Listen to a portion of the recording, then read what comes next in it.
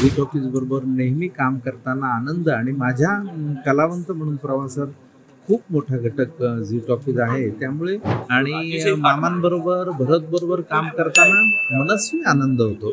त्यांच्याकडनं सातत्याने शिकायला मिळतं. मला खरं तर पुरस्कार मिळतोय की नाही याच्याविषयी मी फार कधी उत्सुक नसतो, कारण शेवटी कसं असतं की ते बक्षीस मला माझे या क्षेत्रातले गुरु नाना पाटेकर यांच्या हस्ते मिळालं होतं. याचा मला मनस्वी आनंद आहे. हॅलो हाय नमस्कार, तुम्हा सगळ्यांचं स्वागत आहे टेलिगप्पामध्ये. झी चित्रगौरव 2025 पुरस्कार सोहळा आहे आणि त्या निमित्ताने आपण रेड कार्पेटवर आहोत आणि आपल्यासोबत तुमच्या सगळ्यांचे लाडके कलाकार आहेत मकरंद नासपुरे सर. सर तुमचं स्वागत आहे टेलिगप्पामध्ये. कसे आहात तुम्ही? मी खूप छान आहे आणि मनापासून धन्यवाद.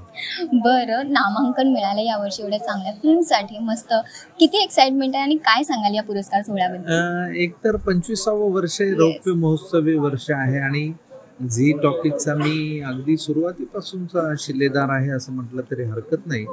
पहिला सिनेमा 3.5 होता, त्यामध्ये सुद्धा मी होतो आणि त्यानंतरचे झी टॉकीजचे जे दैदिप्यमान टप्पे आहेत ते सर्व मी सुदैवाने अनुभवलेले आहेत.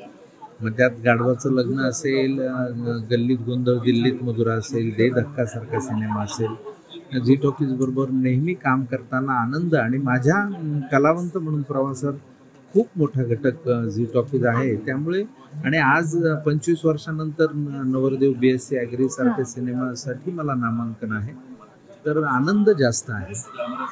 बरं, 3.5चा तुम्ही उल्लेख केला आणि पुन्हा एकदा आता तो प्रवास 3.5 आम्हाला दुसरा बघायला मिळणार आहे, त्याबद्दल काय? अंकुश चौधरीने स्वतंत्रपणे दिग्दर्शित केलेला हा सिनेमा आहे. अंकुश माझा अत्यंत जवळचा खूप प्रेमाचा मित्र आहे आणि अंकुशने अप्रतिम अशा पद्धतीनं दिग्दर्शन केलेलं आहे.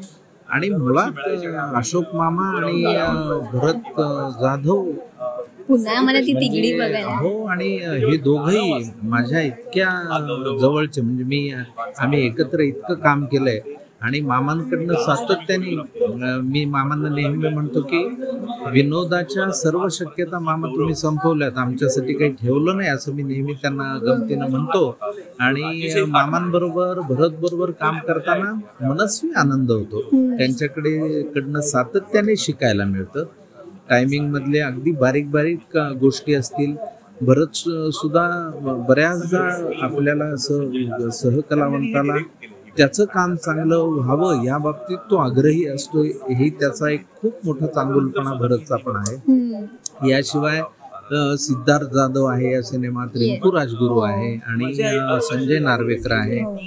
खूप सॉलिड टीम असल्यामुळे आम्ही या भाग 2ची फार आतुरतेनं वाट पाहतोय आणि हा प्रेक्षकांना निश्चित आनंद देईल. पहिल्या 3.5 जो आनंद दिला तसाच आनंद 3.5 पुन्हा 3.5 देईल याची खात्री. नक्कीच नक्कीच यावर्षी सुद्धा नामांकन मिळाले आणि नक्कीच अवॉर्ड आपल्याला मिळतील आणि 3.5 साठी सुद्धा तेच होणार आहे असं आम्ही गृहीत धरतोय. म्हणजे तुमच्या या शुभेच्छांबद्दल धन्यवाद. मला खरं तर पुरस्कार मिळतोय की नाही याच्याविषयी मी फार कधी उत्सुक नसतो, कारण शेवटी कसं असतं की प्रेक्षकांचा पुरस्कार मिळणं हे कलावंतासाठी सगळ्यात महत्वाची गोष्ट असते.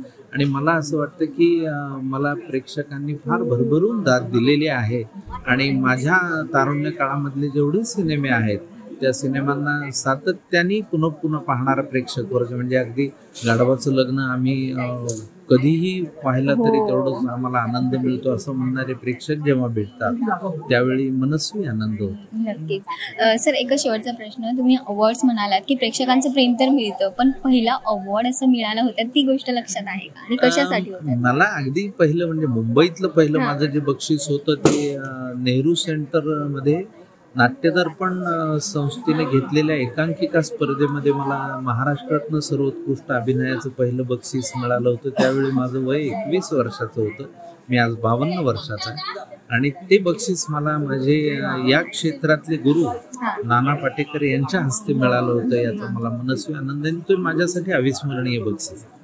नक्कीच. आणि आम्हाला तुम्ही खूप गोड आठवणी दिल्यात. मी खरं स्पेशली सांगते, थोडं पर्सनल होऊन की मी तुमची खूप मोठी खूप मनापासून थँक्यू सो मच सर आणि खूप खूप शुभेच्छा.